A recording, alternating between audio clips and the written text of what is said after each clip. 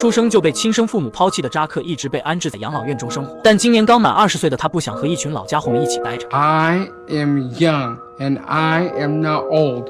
Carl is old and we are different. And I don't know why I am here. 可由于当地没有适合扎克生活的机构，他只能暂时住在这里。 You've been here 2 years? 2.5 years.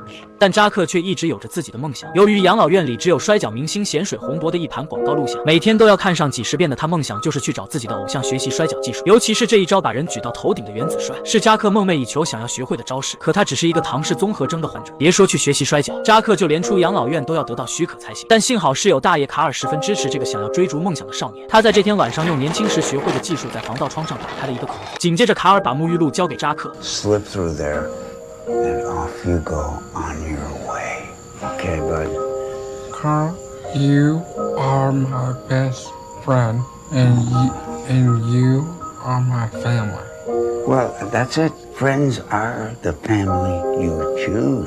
在互相拥抱告别后，大爷出门去替扎克把风，他则脱光了衣服开始涂抹沐浴露。凭借着光滑的皮肤，扎克成功挤出了围栏，来到房间外，没有丝毫犹豫，他开始迅速奔跑，逃向远方。在跑了整整1个晚上后，光秃秃的扎克来到了港口的码头。为了去南方找咸水洪博，他先是随便躲到了一艘船上，可这时岸边的一名渔夫却被同行给揍了一顿。因为不明白发生了什么，扎克只能先藏进船上的油布下面。但此时那个被打的渔夫泰勒是越想越气，一怒之下，他把汽油浇在了同行邓肯的渔具上。而两人之间的矛盾，则是因为在这片地区仅有10张的捕鱼执照。由于从小就生活在这里，靠水吃水的泰勒从小就和哥哥马克一起靠着水产为生，再加上哥哥捕鱼技术特别优秀，他本来一直持有着这片地区第10张捕鱼执照。可因为泰勒在晚上开车时犯困出了车祸，坐在副驾驶上的哥哥就这样在睡梦中离开了这个世界。那张本属于马克的捕鱼执照则被同行邓肯给拿到，但泰勒在发生车祸后一直没能原谅自己，他一次次的回到原本属于哥哥的捕捞区域去收回螃蟹笼，可这些现在都属于邓肯，两人之间的矛盾也越闹越大。由于没有捕鱼执照，就失去了在这片水域生存下去的资格。自知以后在这里待不下去的泰勒决定直接烧掉邓肯谋生用的渔具，以此来替自己报仇。而冲动的他自然知道这样会毁了自己原本就破碎的生活。就在泰勒准备上船跑路的时候，邓肯已经发现了正在燃烧的渔具，他立刻带人准备去追这个混蛋。但此时的泰勒已经回到了自己的船上，不过这时的他并不知道油布下正躲着一个人。在立刻启动渔船离开码头后，泰勒获得了几个身位的优势，凭借着这份优势，他顺利躲进了高高的芦苇群里。在压低了身位以后，匆匆赶来的邓肯根本找不到这混蛋的踪迹。可就在他们即将经过泰勒的时候，早就因为晕船受不了的扎克憋不住了。看着突然出现的少年，泰勒只能先捂住他的嘴，幸好声音不大，再加上四周宽阔，邓肯最终没能发现躲起来的两人。但就在他离开以后，扎克真的憋不住了。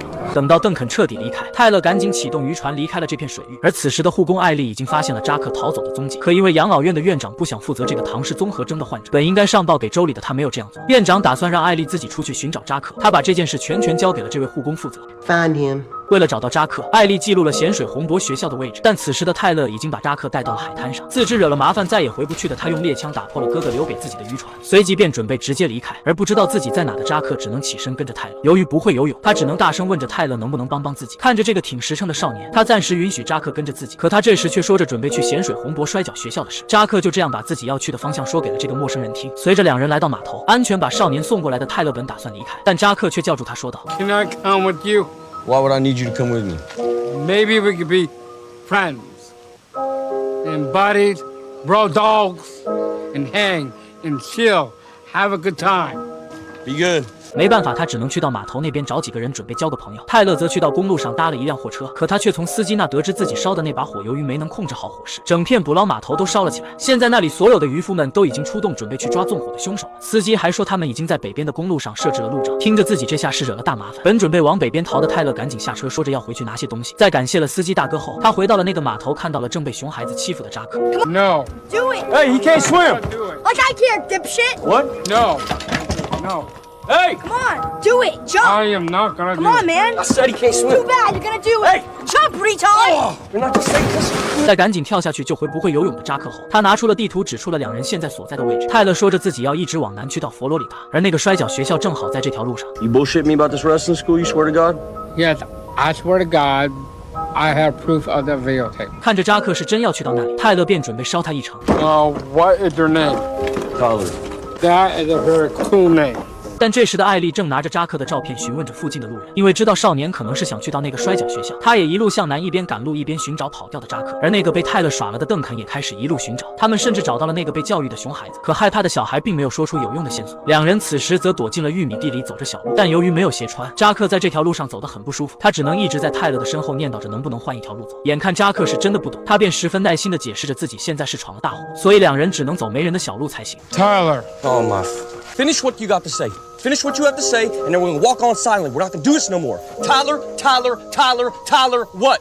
看着生气的泰勒，知道自己有些反应慢的扎克主动说道 I am a Down syndrome person. 他却不在乎，现在两人需要的是补给。泰勒更不会因为扎克是唐氏症的患者就对他温柔。在穿过玉米地来到路边的加油站后，泰勒准备自己进去买些补给。在$13.83. What? 眼看自己身上的3块钱买不了那么多东西，泰勒只能留下一罐花生酱和一袋鱼钩。可此时他却想要点那种很便宜的小瓶烈酒喝。看着年轻人状态如此的差，店老板便好心的拿出了自己酿的好酒。Oh, I can't afford that. It's on me, son. It looks like you might need it more than I do. I'm just gonna get a little swig to calm my nerves.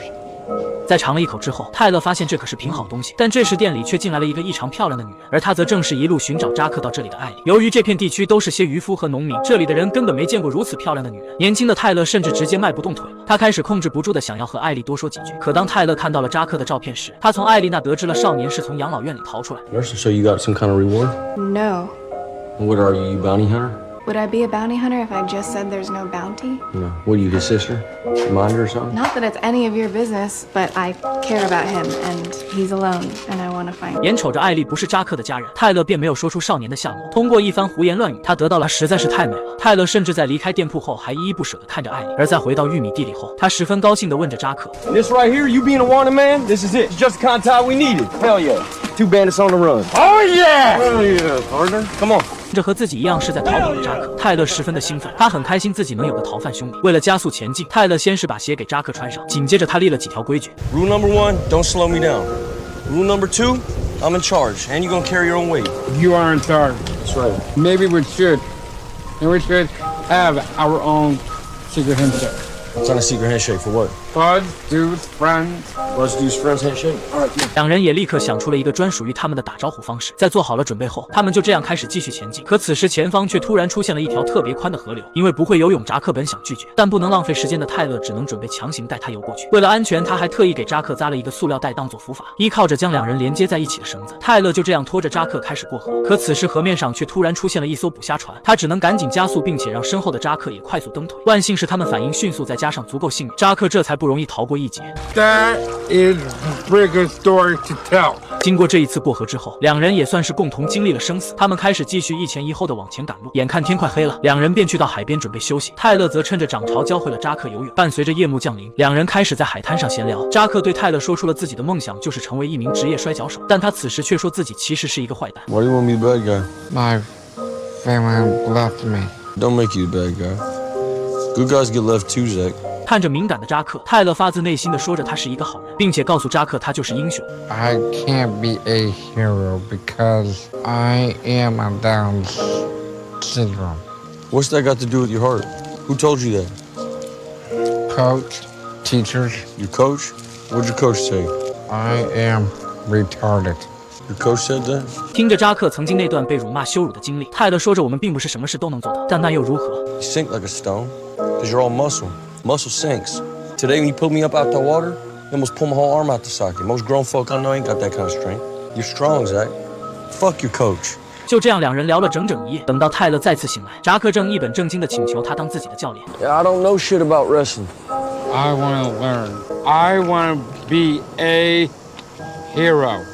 虽然泰勒不懂摔跤，但看着扎克积极向上的样子，泰勒决定尽自己所能的教会他一些东西，不管是保持身体平衡，还是学习枪械知识，他都全力教着扎克。泰勒甚至还趁机询问了一些关于艾莉的事，两人之间就这样一边学习一边打打闹闹，并且扎克还顺利开枪击中了前面的目标。 And I got more. It's a buckshot. 在来了一套专属于哥俩的手势后，他们开始继续前进。不过此时两人却发现了一艘废弃的船只。就在他们盘算着要如何废物利用的时候，一个手拿左轮且双眼失明的大爷正步履蹒跚地朝两人走来。 Freeze, you son of bitches! Y'all boys black or white? Okay. White! White. I know you was white. I could smell.